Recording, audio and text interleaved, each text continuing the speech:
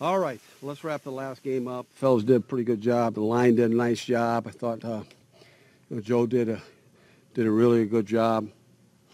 Yeah, and Joe, situationally, Joe's playing very, very well there as well. Mike did a nice job. Ben did a nice job. Buck did a nice job when he's got the opportunity really all year long. Now, our challenge is a short week, at home with Indianapolis coming in. So, we've talked about this on short weeks before. The preparation will be key, and taking care of the bodies. Make sure that we're firing on Saturday, 4 o'clock, right? What is it? 4:15, 4:30, huh? Got to time it up. Peak at the right time. All right, let's open it up to questions. Marty, what have you seen in terms of the growth of some of the younger receivers? And I ask this, with the possibility that Jeremy may not be able to go. How comfortable are you with guys like Chris Moore and Campanaro and Bruce Perryman, and that there won't be a drop off there? Yeah, well, I'm hoping, with Jeremy, day to day. Chris Moore's done a fine job, and we've talked about him before, and he did a good job the other day. And we can do even more. We left some stuff out there too. We can do even better, and that's the same with some of the young players. And Camp's done a good job all season long as well. So we feel comfortable that they can do the job at a high level. Yeah. What have you seen from Chris Moore specifically over the last couple of weeks? Looks like he's really kind of embraced being that third receiver. Yeah, he's got some experience built up. We talked about this a couple of weeks ago, I believe. He's a fine special teams player, and in many cases, those type of players end up being excellent position players as well.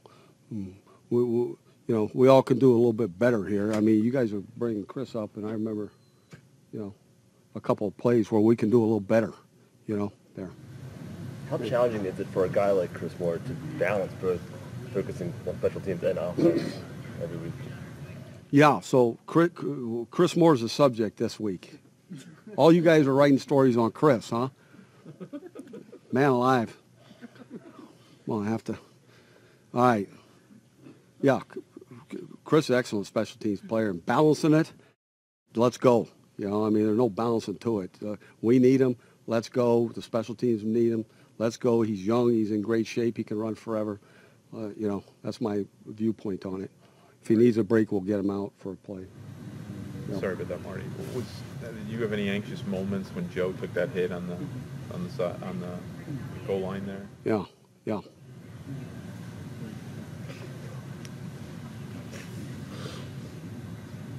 Marty, Benjamin Watson, just, I don't want to say have you been surprised, but what have your thoughts been about what he's done coming back from the Achilles at his age and still being the receiving threat that you guys needed? Was that a little uncomfortable or what? I thought I answered it. I answered in a low tone, I guess. Low talking today. Ben, he just had a birthday. What, yesterday or the day before? I'll look it up. Holy smokes, this guy's a unique man. Very unique in many, many ways. And the level of which he's playing, it's a huge level to begin with, and then at his age, that's a tribute to him, certainly. Yep. Marty, I think since week 8, the Ravens are the third highest scoring team in the NFL. Since week what? See, week 8. Okay, I like that. So I think 7 games now.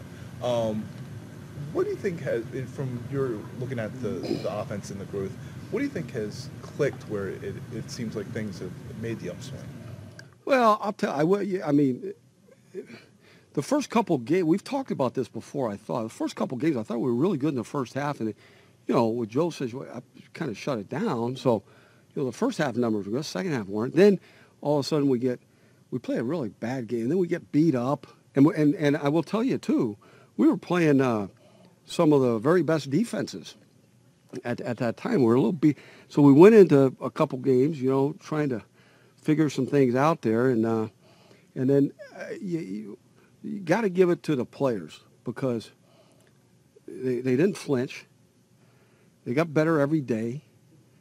And then, usually good things happen when you do that. And now, you got to be pretty strong mentally as well, just to play in this league, And most of it's because of all of you and all of their good friends, you see. All their good friends will always tell them the bad stuff. That was supposed to be a joke. Didn't work.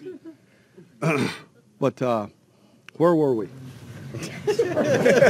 What was kind of the key in getting... Well, that's it. There you have it. Yeah. Could you elaborate a little more on the strategy behind Joe running near the goal line? Well, the one didn't work, so that wasn't not good strategy, and the other one worked, so it was good strategy. Anytime a play works, it's really good, good call, good plan. When it doesn't work, bad call, what are they doing? I understand that because my kids give me texts after the game, what are you doing? I will tell you a story. My wife, when I first met her, zero. She knew zero, nothing about the game. Okay. Now, we'll be in the car or she'll text and go, why didn't you just sneak it? Why don't you just throw it to the tight ends in the back corner of the end zone? Yeah, okay, every play. We'll just do that. Every play. But so she knows just enough to be sort of dangerous right now.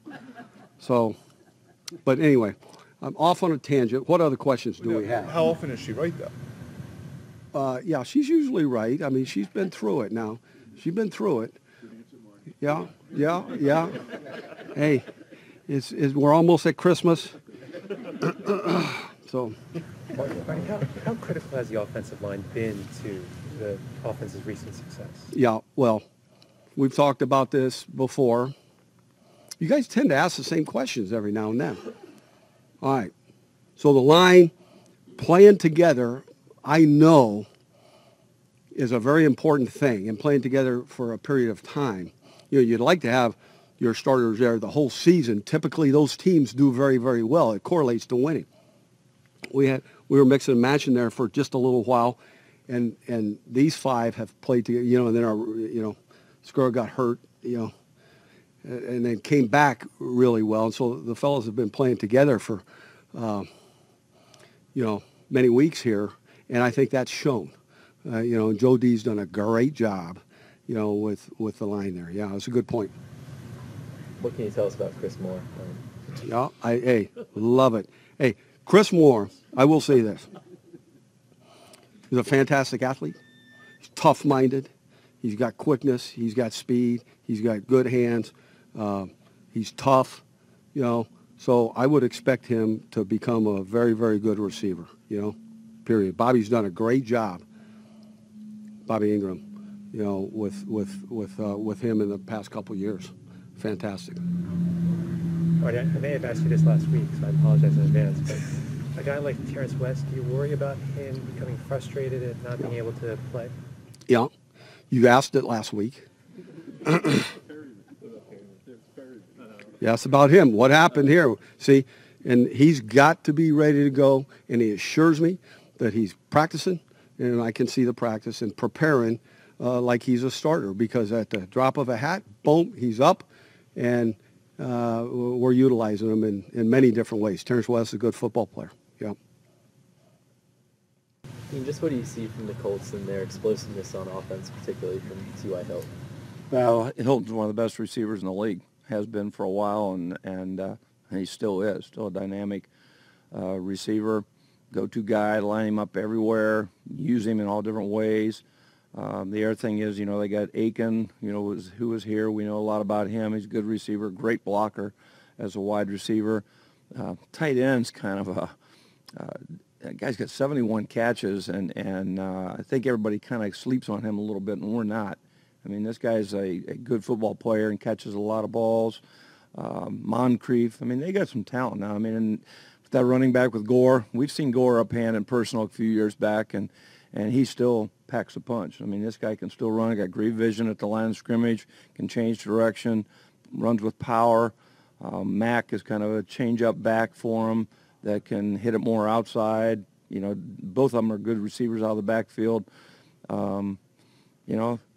It's like every week. I don't really, be honest with you, don't really care about the record, don't care about it, whether they've had problems finishing, I really don't care. They're good enough to beat you. How about their problems giving up sacks? Is that because they're losing a lot of individual matchups, or just a lot of pressure? They can't pick up things. I think it's a combination of a couple things, Mike. I think it's one. It's been a little bit with the offensive line. They've had a lot of different guys in there at different times.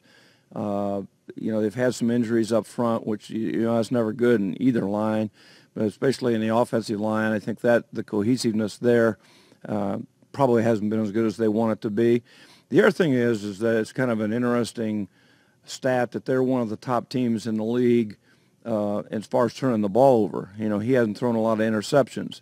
Well, part of that, I think, is he holds on to it, and he doesn't really want to make a bad throw.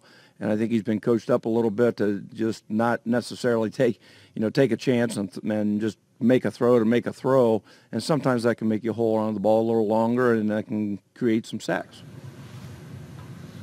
Dean, how rewarding was it for you to see 3-year starters Pro Bowl recognition? Well, every year when the Pro Bowl balloting comes out, you hope you get some guys on there, and I'm very proud of the 3 guys that made it, but I'm equally proud of the guys that didn't make it. And, it's always a tough thing. I always say every place I've been 2. It's guys that make it and are very, very deserving. But there's also some guys that don't, and you're never going to get everybody that you want on there, like every coach in the league. But I'm very, very proud of them. Very pleased that we got some guys on there, but I'm equally proud of the guys that didn't make it. Just how proud were you to see the way your team rebounded from the Pittsburgh game, especially in the secondary? Well, I obviously pleased. The thing about it is that we knew in the Pittsburgh game when we come in and really watched the film and really sat down and talked about it as players and as coaches and, as a unit in there, we just did some things, Ryan, that were just very uncharacteristic of what we had done in previous weeks, or we did this last week in Cleveland.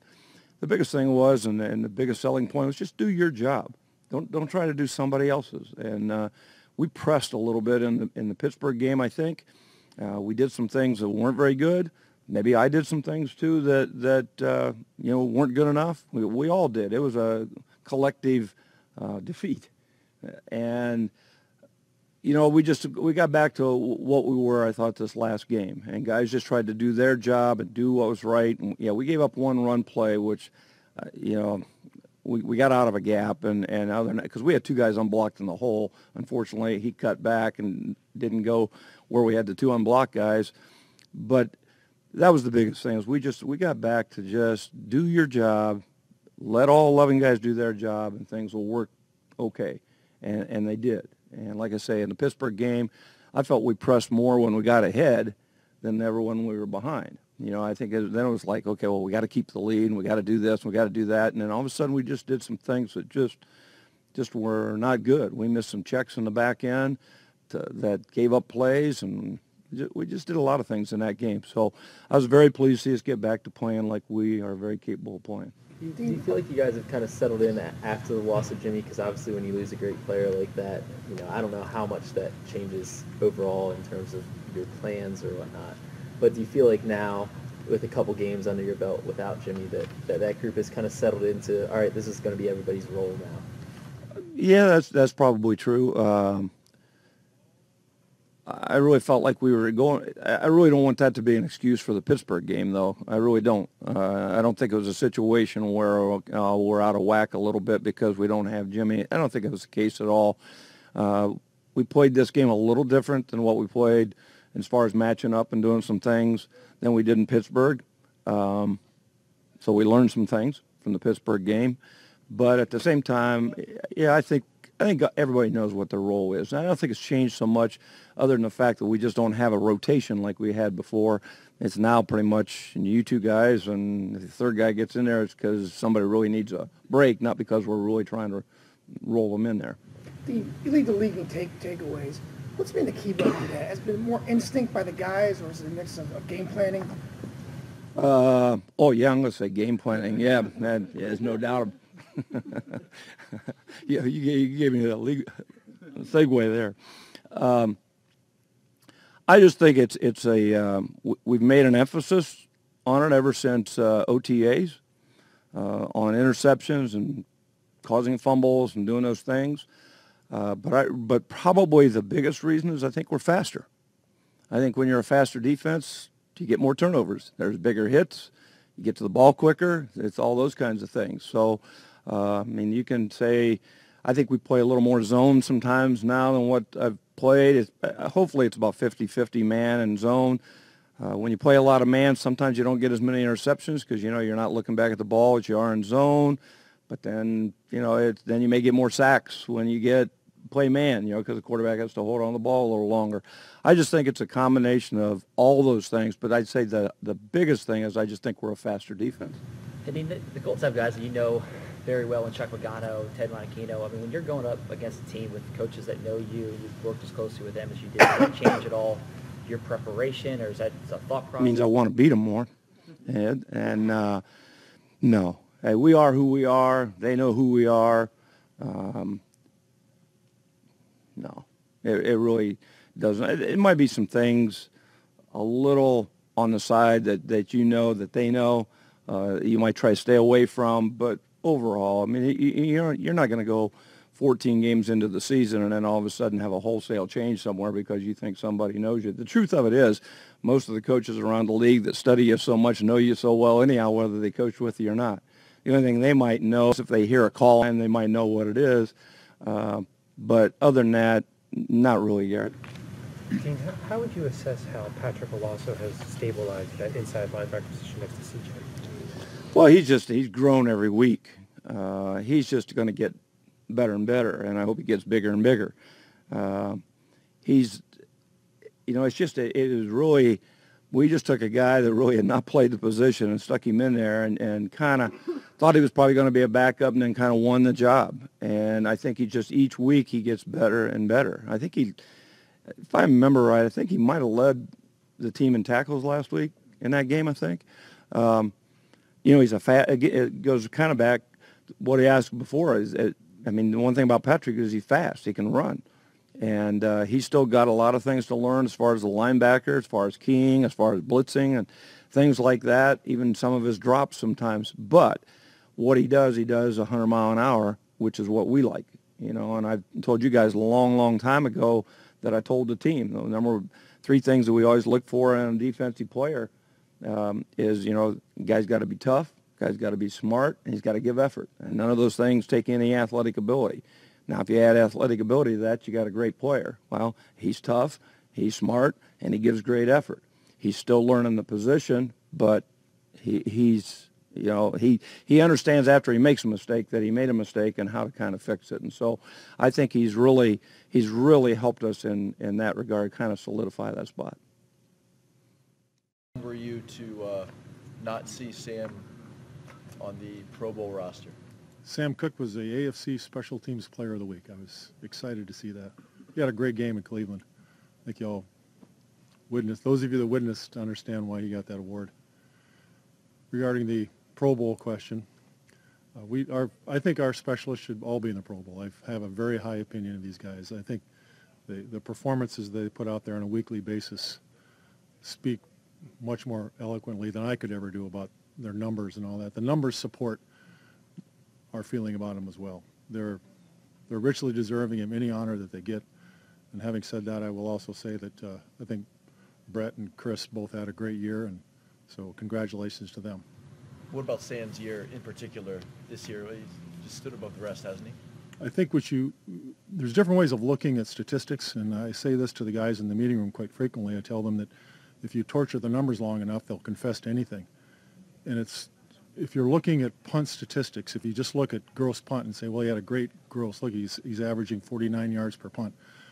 Well, that's good, but that's not all there is to punting. As we've seen demonstrated by Sam Cook over the years, he's really mastered the ability to place the ball in the pooch area, place the ball by the sideline, reduce returns, and he's got so many other skills we can use him in other ways.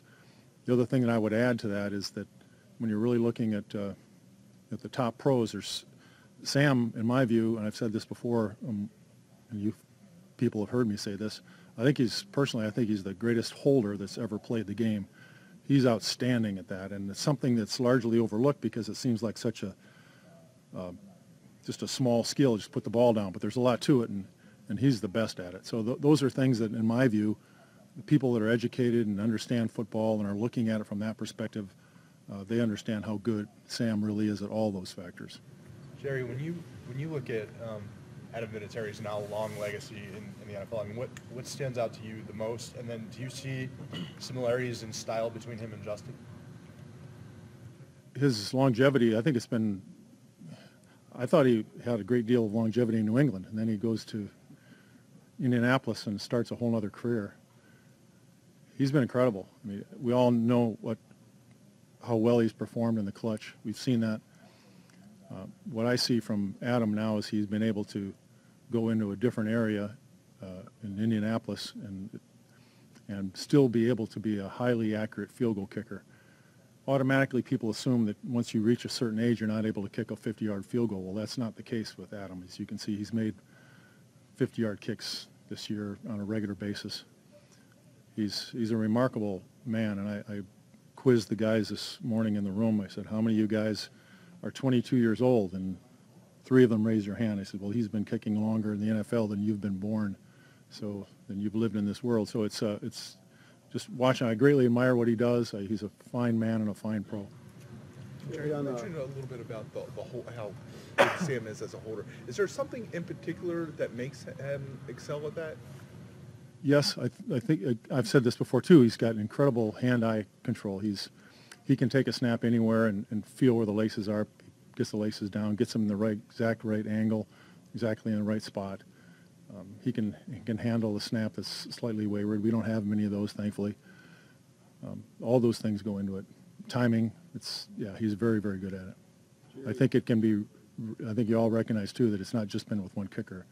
Obviously, he's helped Justin a great deal. Justin's his field goal numbers speak for themselves. And when he was here with Matt Stover, he was holding for a Pro Bowl kicker, and he's held for Billy Cundiff, Pro Bowl kicker. He's held for 3 Pro Bowl kickers. That speaks pretty well of his skills. The other day, John had said that Sam is the most precise punter he's ever seen. Not just punter around anywhere. I don't know. Would you agree with that? And John couldn't explain what it is, how he does it. Do you have any explanation better for how he can be so precise? I try to make it a habit of mine not to disagree with the head coach too often. So I'll echo what John's said about his accuracy. He's the most accurate I've ever seen. What was the second question? I mean, John said, what does he do? Oh, yeah. Well, I mean,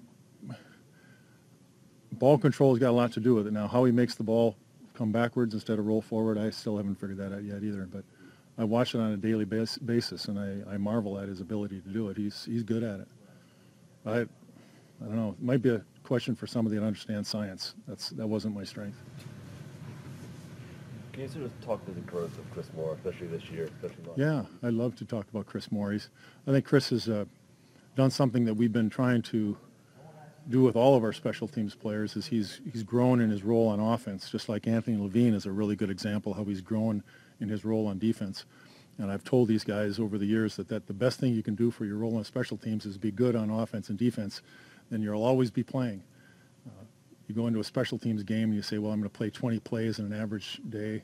Well, that's not enough. We need more from you. And Chris Moore is, as you saw and demonstrated in his offensive abilities, he's playing great on offense. He's playing really fast on special teams, and he's playing a lot on special teams. So it's not like we're not cutting him back a great deal just because he's playing more on offense. He's able to tackle. He's able to return the ball. He's a good gunner cover guy, especially in the pooch area. I think he's making a real good case for next year's Pro Bowl type wide receiver special teams guys, because he's got all the skills to do that. Jerry, this is a close team that leads the NFL in the lowest kick return average. Does that place an emphasis then on blocking and taking running lanes for guys like this? Yeah, in fact, they're named neck and neck with the Ravens, if I'm not mistaken. It's another thing about Justin Tucker. I'll throw that out there too. I mean, he's kicking for one of the better kickoff teams in the league, and his placement has really helped us. Just for your own, if there's any other future awards that you gentlemen and ladies might vote for, you might want to consider those things. Not that I'm lobbying or anything. I've forgotten the question now. Oh yeah. They're very diverse. They do a lot of different things, and they kick the ball left and right and middle, and they try to confuse your counts. So there's it's a challenge, and we're up for it. And we have a lot of confidence in our kick return team, and it should be really an interesting part of the game on Saturday afternoon. That was a lot of questions. I need to go get some water now. And thank you a lot. Oh, I did notice this in the audience. There was a logo that I'm quite familiar with. It was the 2014 National Championship game.